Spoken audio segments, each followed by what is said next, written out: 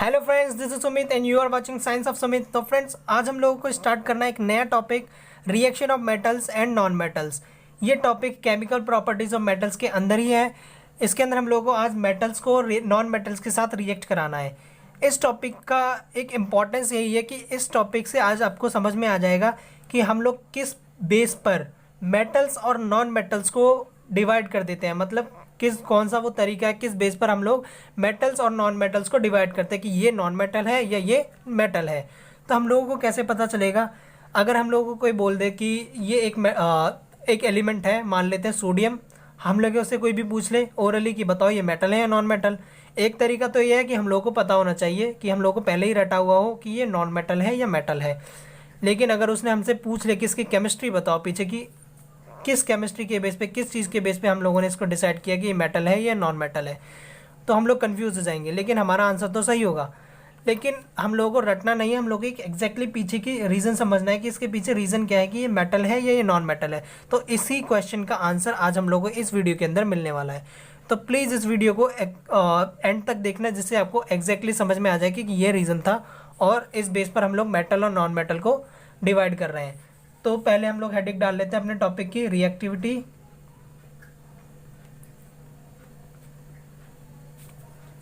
Of metal with non metal. तो metal को non metal के साथ रिएक्ट कराएंगे। बहुत ही अलग यूनिक टॉपिक है। अब तक हम लोग मेटल को अलग अलग चीज़ों के साथ रिएक्ट करा रहे थे। एसिड के साथ भी देखा, वाटर के साथ भी देख लिया, एयर के साथ भी देख लिया, लेकिन मेटल को ही अगर नॉन मेटल के साथ रिएक्ट करेंगे तो क्या होगा, आज हम लोग इसको समझने वाले हैं। तो सबसे पहले तो हम लोगों को ये समझना चाहिए कि जो कोई भी एलिमेंट है, कोई एलिमेंट है हमारे पास या कोई एटम है हमारे पास, एटम है, तो वो एटम रिएक्ट ही क्यों करता है? ये एक बहुत बड़ा क्वेश्चन है और बेसिक क्वेश्चन है। अगर हम लोग को ये पता है तो टॉपिक बहुत ईजी है। तो सबसे पहले हम लोग यही जान लेते हैं कि वो रिएक्ट ही क्यों करता है। मान लेते हैं हमारे पास एक एटम है, मान लेते हैं मेरे पास एक एटम है सोडियम का। सोडियम मेरे पास एक एलिमेंट है, इसका एक एटम मेरे पास है। सोडियम का एटॉमिक नंबर मुझे पता होना चाहिए। अगर मुझे एटॉमिक नंबर पता है कि ये सोडियम है और इसका एटॉमिक नंबर ये है, तो पूरा टॉपिक ईजी है। बस ये दो चीज़ आपको पता होनी चाहिए और जो बेसिक कॉन्सेप्ट मैं अभी आपको बता रहा हूँ और वो पता होना चाहिए, बस। और कुछ नहीं है इस पूरे लेक्चर के अंदर, बस बहुत ईजी है। सोडियम का एटॉमिक नंबर 11 है। ये एटॉमिक नंबर इसका 11 है। मुझे इसका एटॉमिक वेट नहीं पता करना, मुझे बस इसका एटॉमिक नंबर पता होना चाहिए कि क्या है। इसका एटॉमिक नंबर 11 है। इसके एटॉमिक नंबर 11 होने से क्या है, इसके पास 11 ही इलेक्ट्रॉन होंगे। इसके पास जितना एटॉमिक नंबर है उतना ही इलेक्ट्रॉन होंगे। ये एक बेसिक चीज़ हमारे पास 9th क्लास में हम लोगों ने पढ़ी थी। ये 9th क्लास की चीज़ है। अगर आपको 9th क्लास का वही याद है तो बहुत अच्छी बात है, नहीं याद है तो तब भी आपको क्लियर हो जाएगा। तो इसका एटॉमिक नंबर 11 है। तो सोडियम है। हम लोग जानते हैं इन एटम्स के पास शेल होते हैं।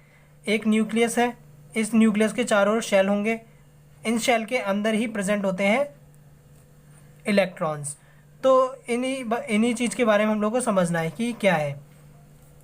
तो सोडियम के पास जो इलेक्ट्रॉन हो गए टोटल वो 11 हो गए। लेकिन इसकी फर्स्ट सेल जो होगी उसके अंदर 2 इलेक्ट्रॉन होंगे और लास्ट वाली सेल जो होती है मैक्सिमम, देखो फ्रेंड्स ये चीज़ आपको याद होनी चाहिए, जो फर्स्ट सेल होती है उस फर्स्ट सेल या फर्स्ट ऑर्बिट के अंदर केवल 2 इलेक्ट्रॉन होने चाहिए। केवल 2 से ज़्यादा इलेक्ट्रॉन नहीं ले सकता और 2 से कम इलेक्ट्रॉन सिर्फ हाइड्रोजन के अंदर ही मिलेंगे उसको। यानी 1 इलेक्ट्रॉन सिर्फ हाइड्रोजन के अंदर ही होता है क्योंकि उसका एटॉमिक नंबर भी 1 होता है। लेकिन इसके अंदर आपको 2 इलेक्ट्रॉन ही भरने हैं, मैक्सिमम 2 इलेक्ट्रॉन, 2 से ज़्यादा 3 आप नहीं कर सकते।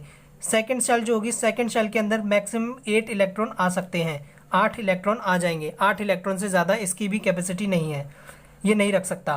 थर्ड शेल के अंदर, थर्ड की बात करें, अगर किसी का एटॉमिक नंबर 10 से भी ज़्यादा है, क्योंकि 2 और 8 10 हो गए ना, 10 तक के लिए 10 इलेक्ट्रॉन तक तो भर गए। लेकिन अगर किसी का 11 12 13, जैसे कि 11 हमारे पास सोडियम के अंदर भी है, तो क्या है, थर्ड हमको शेल बनानी पड़ेगी। थर्ड शेल के अंदर भी आपको मैक्सिमम 8 इलेक्ट्रॉन ही भरने हैं। 8 इलेक्ट्रॉन से ज़्यादा नहीं भरने। बस जनरली आपसे इतने ही मैक्सिमम पूछे जाएंगे और इससे ज़्यादा आपसे नहीं पूछे जाएंगे। तो 8 इलेक्ट्रॉन तक आपको भरने हैं।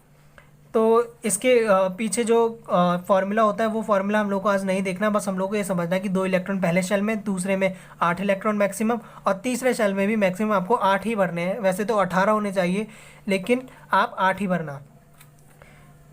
तो सबसे पहले बात करते हैं अब इसके एटॉमिक स्ट्रक्चर की, किस तरीके से दिखेगा। मान लेते हैं ये इसका न्यूक्लियस हो गया, इसके पास ये सेल हो गया फर्स्ट शेल, और इसका ये सेकंड शेल हो गया किसका, सोडियम का।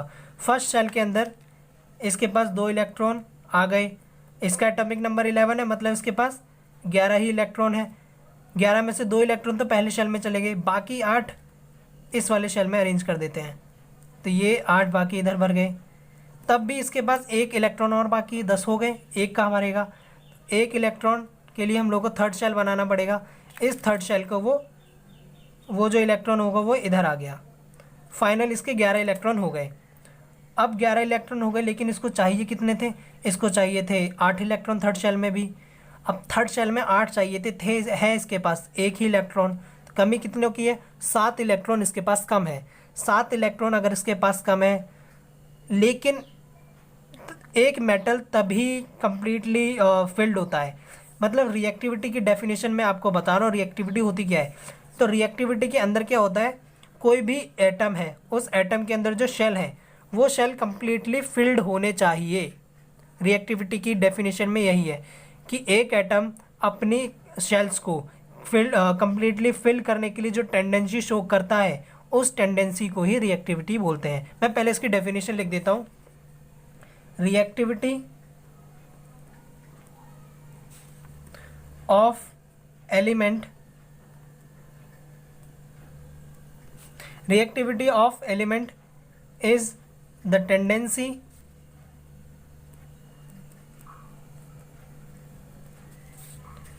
to attain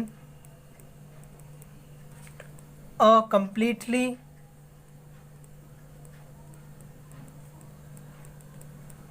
filled valence shell। तो एक वैलेंस शेल, वैलेंस मतलब भरी हुई नहीं है, अनफिल्ड है, तो उस अनफिल्ड शेल को, वैलेंस शेल को कंप्लीटली फिल्ड करना है, उसको कंप्लीटली भरना है। और कंप्लीटली भरने के लिए जो वो टेंडेंसी है, उसकी जो क्षमता है, जो उसकी कैपेसिटी है, वही उसकी है उसकी रिएक्टिविटी उस एलिमेंट की। तो इधर इसको 8 इलेक्ट्रॉन चाहिए थे आखिरी शेल में, लेकिन इसके पास 1 ही है, लेकिन इसको भरनी तो पूरी है। तो इसको भरने के लिए क्या भाई, इसको 7 इलेक्ट्रॉन अगर कोई दे दे तो इसकी थर्ड शेल कंप्लीट हो जाएगी। या ये 1 इलेक्ट्रॉन खुद ही अपना दे दे किसी को, तो इसकी जो थर्ड शेल है वो ख़त्म, सिर्फ 2 शेल बचेंगी। जो थर्ड शेल है मतलब जो थर्ड इसका जो ऑर्बिट है वो ख़त्म, बस इसकी 2 ऑर्बिट बचेंगी, एक फर्स्ट और सेकंड। तो 2 इसके पास 2 शेल बचेंगी, 2 ऑर्बिट बचेंगी, तो बस इसका जो ऑर्बिट है वो भर जाएगा और इसकी टेंडेंसी पूरी हो जाएगी, इसकी रिएक्टिविटी ख़त्म हो जाएगी। तो ये कम्प्लीटली अनरिएक्टिव हो जाएगा फिर। लेकिन कोई इसको 7 इलेक्ट्रॉन तो देगा नहीं, क्यों देगा भाई, इसके पास 1 ही तो इलेक्ट्रॉन और 7 मांग रहा है, तो मुश्किल है। जो सिमिलरली वही है, किसी के पास 10 रुपये और किसी को 100 रुपये की चीज़ खरीदनी है, बोलेगा भाई मुझे 90 रुपये और दे दे, तो कोई नहीं देगा, मुश्किल है। तो ये क्या करेगा, खुद ही अपना 1 इलेक्ट्रॉन डोनेट कर देगा किसी दूसरे को खुद अपना 1 इलेक्ट्रॉन दे देगा, और अपना 1 इलेक्ट्रॉन दे देगा तो इसकी जो बाकी दोनों शेल है वो कम्प्लीटली फिल्ड हो जाएंगी, और ये इसकी रिएक्टिविटी पता चल जाएगी, मतलब ये अनरिएक्टिव हो जाएगा, फिर बाद में किसी दूसरे के साथ रिएक्ट नहीं करेगा। तो यही है इसकी प्रॉपर्टी। तो ये 1 इलेक्ट्रॉन दे देता है, अब ये क्या करेगा, किसी दूसरे को 1 इलेक्ट्रॉन अपना दे देगा, डोनेट कर देगा, और इसकी फिल्ड हो जाएगी। तो यही है, बस अपना लास्ट शेल उसको फिल करना है, कम्प्लीटली फिल करना है, चाहे वो किसी इलेक्ट्रॉन को दे कर अपने इलेक्ट्रॉन को डोनेट कर दे, या किसी से अपना दूसरे का इलेक्ट्रॉन ले ले। तो यही है, या तो लूज़ करे या गेन करे, तो इजी से उसकी जो शेल है वो कम्प्लीटली फिल हो सकती है। तो बस हम लोगों को यही समझना था कि अपनी शेल को कम्प्लीटली फिल करने के लिए जो एटम या जो एलिमेंट है वो टेंडेंसी शो करता है, वही टेंडेंसी उसकी रिएक्टिविटी को बता देता है कि इसकी रिएक्टिविटी इतनी ज़्यादा है। तो बस ये था इसके बारे में एक बेसिक पॉइंट। अब आपको इजीली समझ में आ जाएगा कि हम लोग मेटल और नॉन मेटल को कैसे डिवाइड करेंगे, आपस में कैसे डिस्ट्रीब्यूट कर देते हैं। अब कुछ ऐसे मेटल्स भी और कुछ ऐसे एलिमेंट, अब मैं इधर बात करूंगा सिर्फ एलिमेंट की, क्योंकि मेटल में बोलूंगा तो सिर्फ वो मेटल की बात होगी। हम लोग एलिमेंट बोलेंगे जिससे आपको मेटल और नॉन मेटल दोनों समझना है कि इसमें दोनों ही है। तो अभी हम ऐसे एलिमेंट्स देखने हैं जो इलेक्ट्रॉन्स डोनेट कर देते हैं, और कुछ ऐसे एलिमेंट भी होते हैं जो इलेक्ट्रॉन ले लेते हैं। तो ऐसे एलिमेंट्स जो इलेक्ट्रॉन को डोनेट कर देते हैं किसी दूसरे को, जैसे सोडियम ने कर दिया, वो अपने ऊपर एक पॉजिटिव चार्ज ले लेते हैं। मतलब ये सोडियम है, इसने एक इलेक्ट्रॉन दे दिया, अगर ये किसी से इलेक्ट्रॉन देता तो इसने एक तरह से किसी से कर्ज ले लिया, मतलब किसी से उधार ले लिया है। अब उधार लेगा तो उसके ऊपर नेगेटिव चार्ज ही लगेगा, मतलब उसको वो चुकाना तो है आगे, तो उसके ऊपर एक नेगेटिविटी आ जाएगी। लेकिन इसने तो किसी को दिया है तो इसके ऊपर एक पॉजिटिविटी आ जाएगी, तो ये सोडियम पॉजिटिव हो जाएगा। तो ये क्या बन जाएगा, एक कैटायन, इसको कहते हैं हम लोग कैटायन। ऐसा एलिमेंट जिसके, ऐसा एटम जिसके ऊपर पॉजिटिव चार्ज हो वो कैटायन होता है। ठीक है, और एक और एलिमेंट हो सकता है जिस जो दूसरे से लेगा, जैसे हमारे पास क्लोरीन हो गया, क्लोरीन का एटॉमिक नंबर 17 होता है। क्लोरीन का क्या होगा, ये एक शेल, पहली शेल, दूसरी शेल, ये तीसरी शेल। अब ये क्या करेगा, पहली 2 शेल भर गई, 2 इलेक्ट्रॉन हो गए, और दूसरी शेल में 8 इलेक्ट्रॉन अपने भर लेगा, 10 इलेक्ट्रॉन तो इसके पूरे हो गए। फिर ये 17 है तो इसके पास 7 और बचे, तो बाकी 3 और इसने ऐसे भर दिए। लेकिन इसको अभी भी 1 की कमी है, 18 पूरे करने हैं, मतलब आखिरी शेल में भी 8 पूरे करने हैं, लेकिन 1 की कमी है। तो अब ये 7 किसी को तो देगा नहीं, इसके पास तो ज़्यादा पैसे हैं, मतलब ज़्यादा अमाउंट है, तो ये एक किसी से ले सकता है, तो ये किसी से एक ले लेगा इलेक्ट्रॉन को। अब ये लेगा तो इसके ऊपर एक नेगेटिविटी आ गई, भाई इसने एक उधार ले लिया किसी से, तो इसके ऊपर एक नेगेटिविटी आ गई, और इस तरीके के एलिमेंट्स को हम लोग, इस तरीके के एटम्स को हम लोग कहते हैं एनायंस। तो ये एनायन हो गए। तो ये 2 टर्म आपको समझ में आ जाएंगी, कैटायन और एनायन।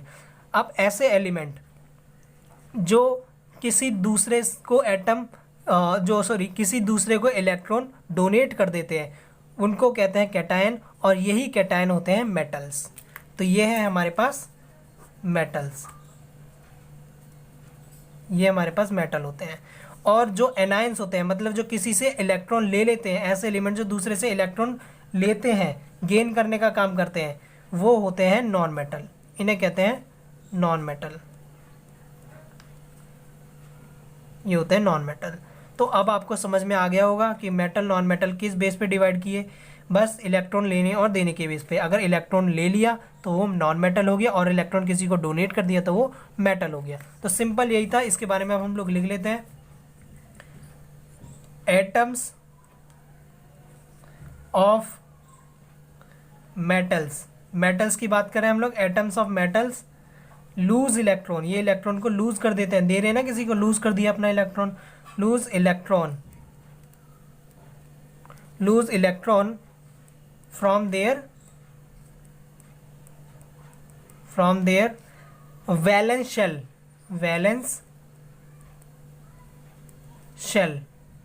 अपने वैलेंस शेल से इलेक्ट्रॉन को लूज कर देंगे टू फॉर्म कैटायन बनाने के लिए। तो सिंपल था, ऐसे इसके अंदर हम लोग लिख सकते हैं atoms of non metals gain electron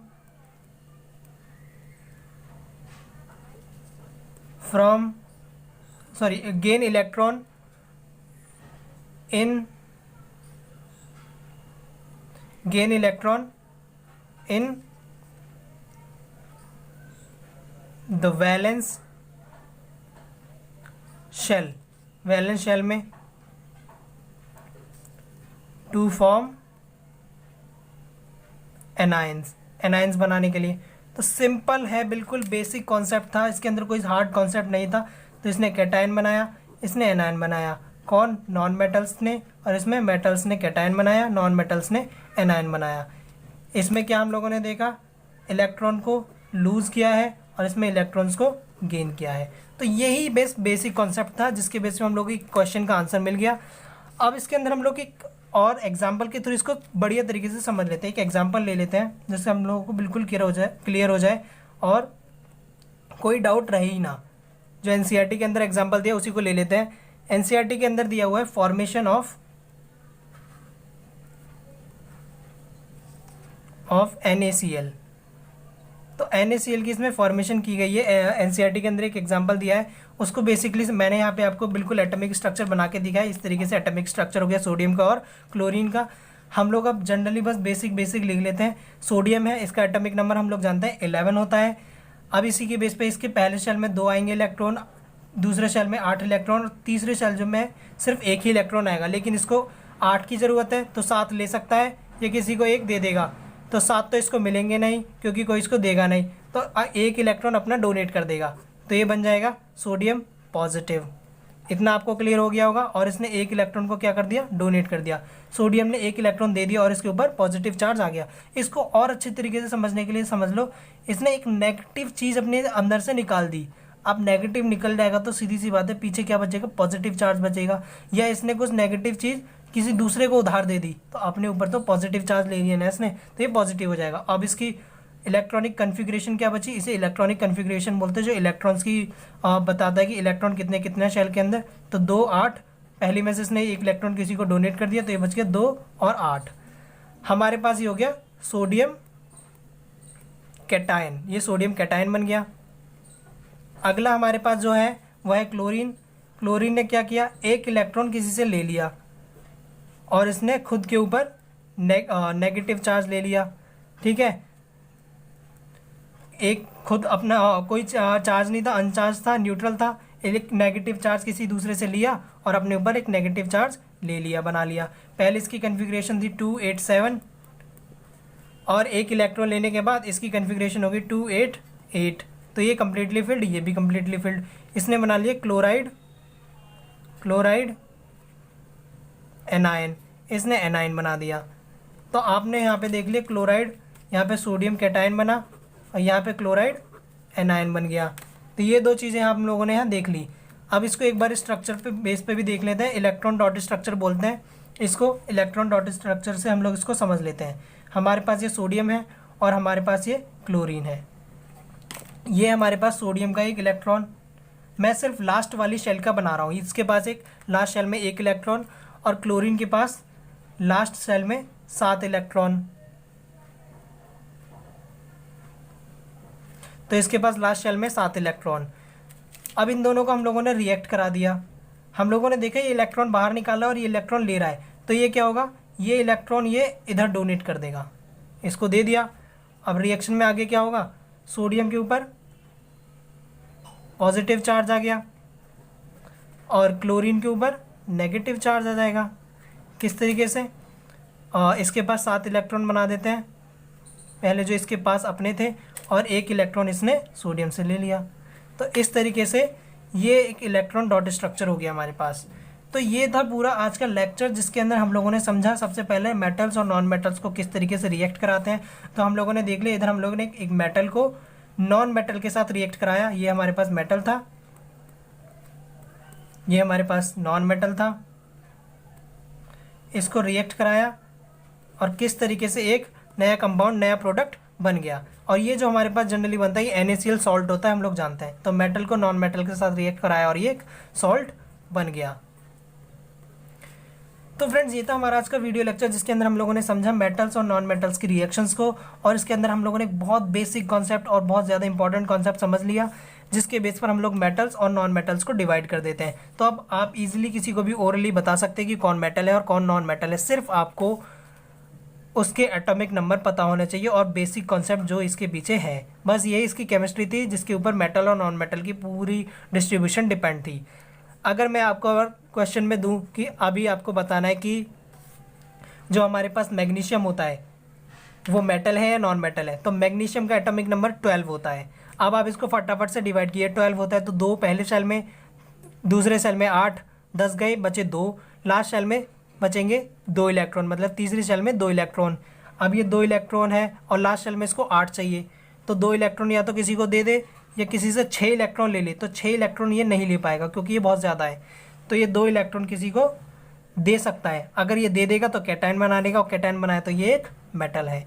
अगर दूसरा एग्जाम्पल देखें, मान लेते हैं एक हमारे पास है सल्फ़र है। सल्फ़र का एटॉमिक नंबर 16 होता है। 16 में देखें तो 2 8 6, 6 लास्ट वाली शेल के अंदर आ रहा है, तो 6 इलेक्ट्रॉन, लेकिन चाहिए इसको 8 थे, तो 2 इलेक्ट्रॉन किसी से ले ले या 6 इलेक्ट्रॉन डोनेट कर दे।